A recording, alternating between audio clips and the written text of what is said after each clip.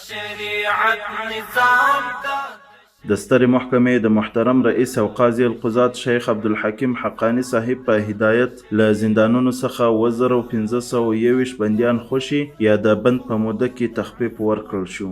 د کاپیسا، نیمروز، سمنګان، زابل، پکتیکا او بامیان ولایتونو محاکمو د 1440 هجري قمري کال په لومړۍ روبه کې 15711 حقوقي او جزایي دوسیو ته پر رسېدنه سربیره 3484 وثیقې هم اجرا کړي دي. په ننګرهار ولایت کې 2 متهمینو ته تعزیري سزا ورکړل شوه. د سترې محکمې محترم رئیس او قاضي القضات شیخ عبدالحکیم حقانی صاحب د اختصاصي محاکمو قضایي غړو ته د جوړ شوي سمینار په پرانیست غونډه کې وینا وکړه.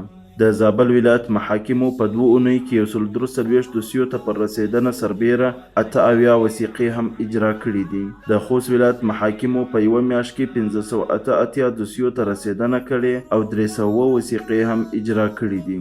د لغمان، کونړ او روزګان ولایتونو محاکمو د 1440 هجري قمري کال په لومړۍ روبه کې 2684 حقوقي او جزایي دوسیو ته پر رسېدنه سربیره 2118 وثیقې هم اجرا کړي دي. د کابل ولایت مرافعه محکمې د وثیقو د تصحیح کمیسیون په یوه میاشت کې د 60 وثیقو د تصحیح قرارونه صادر کړي دي.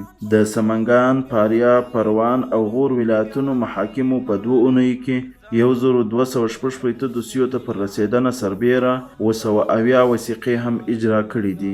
د پکتیا، بغلان، کندوز او تخار ولایتونو محاکمو په یوه میاشت کې 3116 دوسیو ته پر رسېدنه سربیره 1021 وثیقې هم اجرا کړي دي.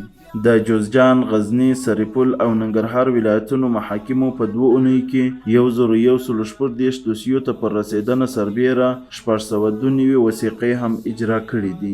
د بدخشان او میدان وردګ ولایت محاکمو په یوه میاشت کې 909 دوسیو ته پر رسېدنه سربیره 512 وثیقې هم اجرا کړي دي.